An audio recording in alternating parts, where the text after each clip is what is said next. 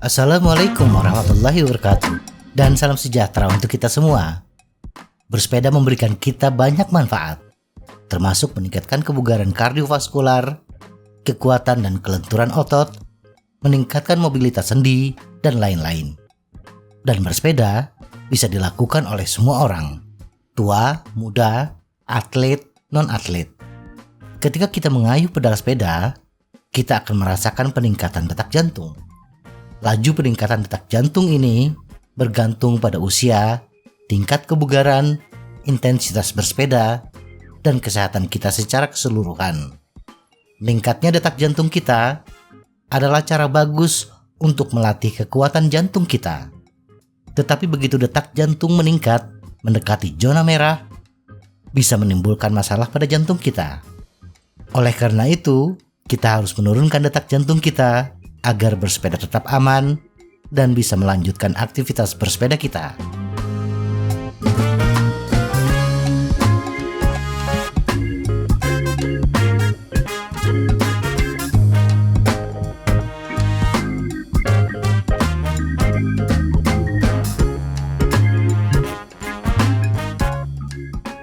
Kenapa detak jantung meningkat? Mungkin kita pernah merasakan baru beberapa menit bersepeda, detak jantung sudah mulai tinggi, bahkan mendekati zona merah. Padahal, intensitas bersepeda kita termasuk sedang. Atau di lain waktu, kita bisa bertahan dalam durasi yang lama, walaupun pada akhirnya detak jantung kita pun mendekati zona merah. Menurut Dr. Carl Foster, zona merah atau zona maksimum adalah bila detak jantung kita sudah memasuki range antara 80% hingga 100% maksimum heart rate. Pada kasus pertama, detak jantung kita cepat mendekati zona merah disebabkan detak jantung istirahat kita tinggi. Zona merah selalu tetap, tidak dipengaruhi oleh aktivitas bersepeda kita. Tetapi detak jantung istirahat kita dipengaruhi oleh beberapa kondisi, seperti stres, kurang tidur, terlalu banyak mengkonsumsi kafein, alkohol atau nikotin, gula darah rendah, tekanan darah rendah. Detak jantung istirahat yang normal adalah berdetak 60 hingga 100 kali setiap menit. Saat jantung kita berdetak lebih dari 100 kali setiap menit, itu sudah termasuk tinggi. Disebut takikardia dalam dunia medis. Detak jantung maksimal adalah kemampuan maksimal yang dapat mentolerir jantung kita tanpa adanya gejala berbahaya.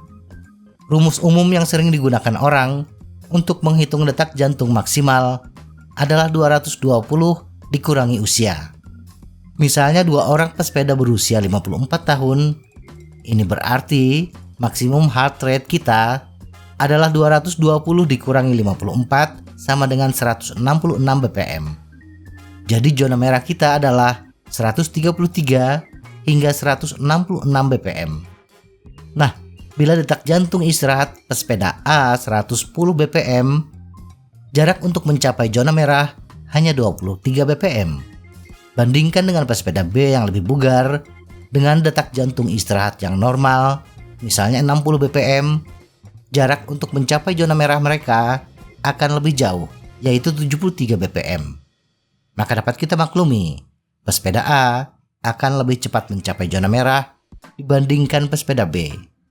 Kondisi kedua adalah laju kenaikan detak jantung itu sendiri. Tinggi rendahnya laju kenaikan detak jantung ini bergantung pada intensitas bersepeda kita, cuaca saat kita bersepeda, dan cara kita bernafas. Semakin tinggi intensitas bersepeda kita, misalnya bersepeda di tanjakan, maka akan semakin cepat kita mendekati zona merah. Semakin panas kondisi lingkungan, maka akan semakin banyak keringat yang dikeluarkan tubuh untuk menurunkan suhu tubuh, dan ini juga membutuhkan oksigen. Dan yang terakhir, semakin sedikit volume udara yang kita hirup, maka oksigen yang diedarkan pun akan semakin sedikit. Menurunkan detak jantung istirahat. Memulai bersepeda dengan detak jantung yang tinggi akan mempercepat kita mendekati zona merah. Upaya yang paling umum adalah dengan menurunkan detak jantung istirahat kita. Ada beberapa cara untuk menurunkan detak jantung saat istirahat. dan juga membantu menjaga kesehatan jantung. Lebih banyak berolahraga. Saat kita berjalan cepat, berenang, atau bersepeda, jantung kita berdetak lebih cepat selama aktivitas dan untuk waktu yang singkat sesudahnya. Tetapi berolahraga rutin setiap hari akan secara bertahap memperlambat detak jantung saat istirahat. Kurangi stres. Melakukan relaksasi, liburan, dan teknik penghilangan stres lainnya akan menurunkan detak jantung istirahat dari waktu ke waktu. Hindari kebiasaan buruk. Hindari kebiasaan berikut ini. Minum minuman berkafein tinggi terlalu banyak seperti kopi, teh, dan soda. Hentikan atau setidaknya kurangi kebiasaan merokok. Hindari minum alkohol, mengkonsumsi obat-obatan tertentu, kecuali memang diharuskan dokter. Menurunkan berat badan jika perlu. Semakin besar volume tubuh, maka semakin banyak kerja jantung untuk mensuplainya dengan darah. Menurunkan berat badan dapat membantu memperlambat detak jantung istirahat yang meningkat. Tidur yang cukup. Jangan pernah menyepelekan kebutuhan tidur pada malam hari. Kebiasaan begadang tidak hanya menyebabkan detak jantung istirahat naik pada esok harinya, tapi juga meningkatkan risiko berbagai masalah kesehatan. Jika kurang istirahat menjadi penyebab jantung kita berdetak lebih cepat, cara untuk mengatasinya yaitu dengan memenuhi kebutuhan tidur malam setidaknya selama 7 hingga 8 jam. Menurunkan detak jantung saat bersepeda. Dalam bahasa medis, kondisi saat jantung berdetak lebih kencang disebut palpitasi. Palpitasi sebenarnya wajar terjadi ketika kita melakukan aktivitas berat, stres, mengkonsumsi kafein berlebih, atau meminum obat-obatan tertentu. Nah, bila saat bersepeda, kita merasakan detak jantung sudah mulai mendekati zona merah, ada baiknya kita melakukan hal berikut ini. 1. Bersepeda lebih lambat. Singkatnya, jantung berdetak saat memompa darah ke organ-organ tubuh untuk aktivitas dalam kehidupan sehari-hari. Selama bersepeda, organ dan otot yang bekerja membutuhkan lebih banyak darah dan oksigen, sehingga detaknya meningkat untuk memenuhi kebutuhan oksigen dan nutrisi yang meningkat. Ketika detak jantung kita tinggi, salah satu cara termudah dan paling efektif adalah mengurangi intensitasnya. Dengan kata lain, kita harus memperlambat laju sepeda. Dengan kecepatan yang lebih lambat, kita dapat mengontrol nafas dengan lebih baik, sekaligus menghindari masalah yang tidak diinginkan. 2. Lakukan manuver vagal. Bila dengan menurunkan intensitas bersepeda, tetap juga lambat menurunkan detak jantung kita, maka setelah memperlambat laju sepeda, berhentilah untuk istirahat. Hindari langsung berhenti tanpa penurunan intensitas. Kemudian, kita bisa melakukan manuver vagal. Manuver vagal merupakan cara memperlambat laju jantung dengan merangsang saraf vagal, yakni persarafan yang berfungsi mengatur detak jantung. Tempelkan handuk atau kain basah yang dingin ke wajah dan diamkan selama 20 hingga 30 detik. Tarik nafas, lalu tahan seolah-olah sedang mengejan. Bila memungkinkan, kita bisa melakukan handstand, berdiri dengan tangan selama 30 detik, atau menempelkan lutut ke dada. Perlu diingat bahwa cara ini mungkin tidak cocok bagi yang memiliki tekanan darah rendah atau masalah pada pernafasan. 3. Banyak minum air putih. Jantung yang berdetak cepat dan tiba-tiba bisa menjadi salah satu pertanda bahwa tubuh kita kekurangan cairan atau dehidrasi. Ketika dehidrasi, darah akan mulai mengental sehingga sulit diedarkan ke seluruh tubuh. Ini artinya jantung kita harus bekerja lebih keras sehingga debaran jantung akan semakin cepat. Selain peningkatan denyut jantung, dehidrasi biasanya juga menyebabkan kulit terasa kasar, sakit kepala, mulut kering, susah buang air kecil, dan pusing. Untuk mencegah hal tersebut, pastikan kita memenuhi kebutuhan air setiap hari dengan minum setidaknya 8 gelas air putih. Kita mungkin membutuhkan lebih banyak air dari biasanya pada saat-saat tertentu, seperti ketika cuaca panas atau kita banyak melakukan aktivitas fisik. 4. Jaga keseimbangan elektrolit. Salah satu penyebab jantung berdebar cepat ialah rendahnya kadar elektrolit dalam tubuh.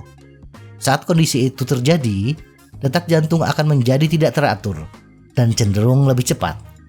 Oleh karena itu, salah satu cara mengatasi jantung yang berdebar kencang yaitu mengkonsumsi minuman yang mengandung elektrolit seperti natrium, kalium, kalsium, dan magnesium.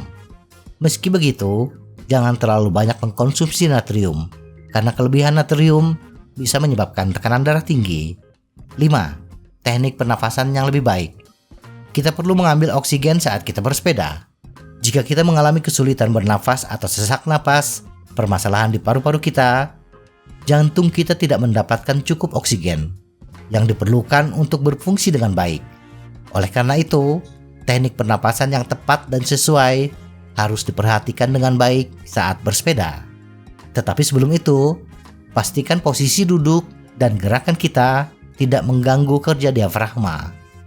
Salah satu cara pernapasan yang paling efektif dan mendasar saat bersepeda adalah memperdalam pernapasan, menghirup udara lebih lama, sehingga mendapatkan hasil maksimal dari paru-paru kita. Kapasitas paru-paru sudah tetap, jadi kita perlu memaksimalkan potensinya. Untuk itu, tarik napas yang panjang dan dalam, buang napas dengan keras. Teknik ini disebut zooming.